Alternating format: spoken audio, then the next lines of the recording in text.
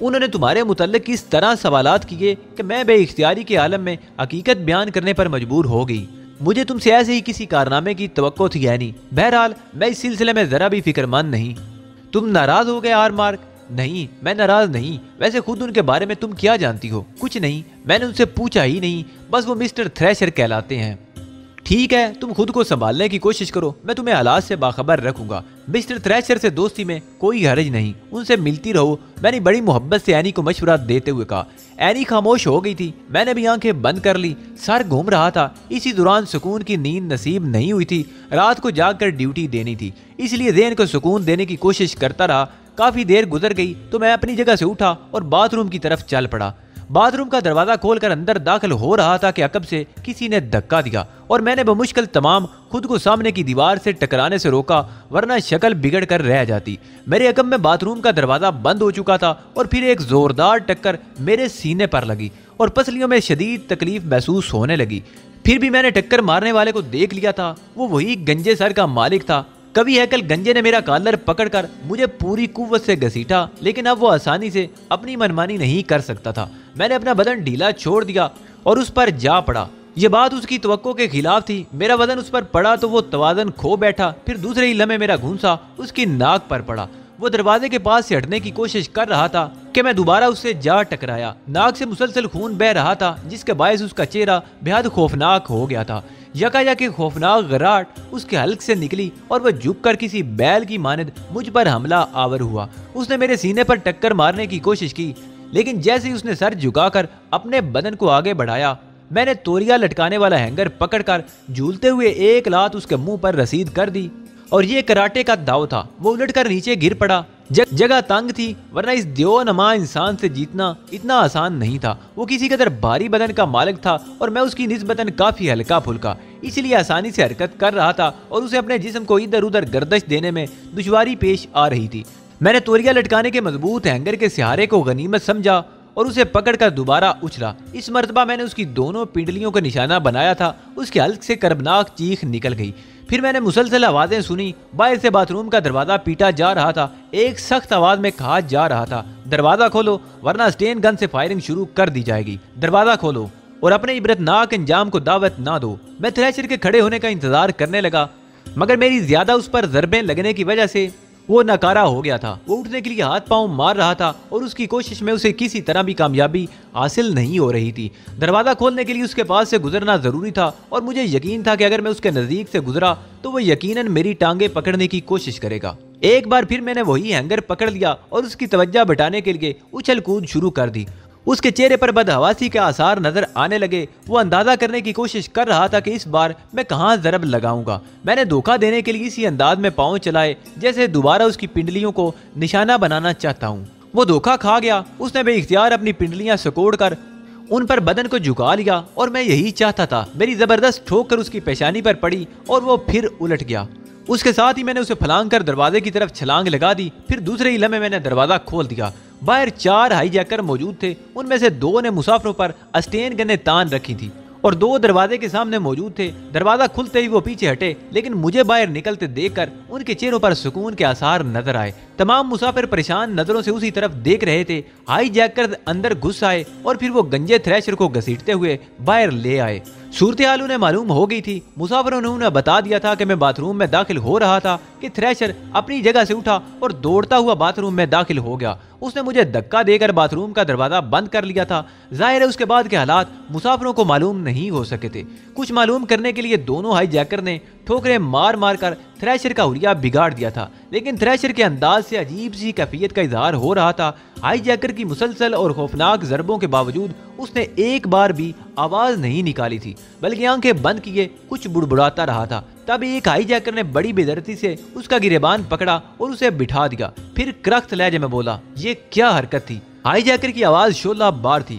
Federal کاسٹرت زندہ باد، thresher نے بڑبڑاتے ہوئے کہا اور جواباً دوسرے ہی لمحے ہائی جیکر کا زوردار گھونسا اس کے منہ پر پڑا۔ واضح جواب دو ورنہ تمہاری پیشانی میں سوراخ کر دیا جائے گا۔ ہائی جیکر کے ہونٹوں سے نفرت کی آگ برس رہی تھی۔ میں ابلیس ہوں، براہ راست آسمان سے نازل ہوا ہوں۔ تم لوگ میری اطاعت کرو، میں تمہارا رہنما ہوں۔ تم لوگ میری پیروی کرو۔ میں تمہارا روحانی پیشوا ہوں۔ اس نے آنکھیں کھول دی اور ایک انگلی اٹھا کر کہا۔ یہ سب کچھ اتنا غیر متوقع تھا کہ ہائی جیکر ایک دوسرے کا منہ تکنے لگے۔ پھر ان میں سے ایک نے سرگوشی کرتے ہوئے دوسرے سے کہا، شاید اس کا ذہنی توازن بگڑ گیا ہے۔ اوہ یہ بات ہے، دوسرے ہائی جیکر نے کہا۔ میں پھر بھی تھریشر کو غور سے دیکھ رہا تھا، اس کے چہرے پر عجیب سے تاثرات نمایاں تھے۔ میں نے سوچا ممکن ہے کہ میرے پاؤں کی ٹھوکروں سے اس کا دماغ الٹ گیا ہو۔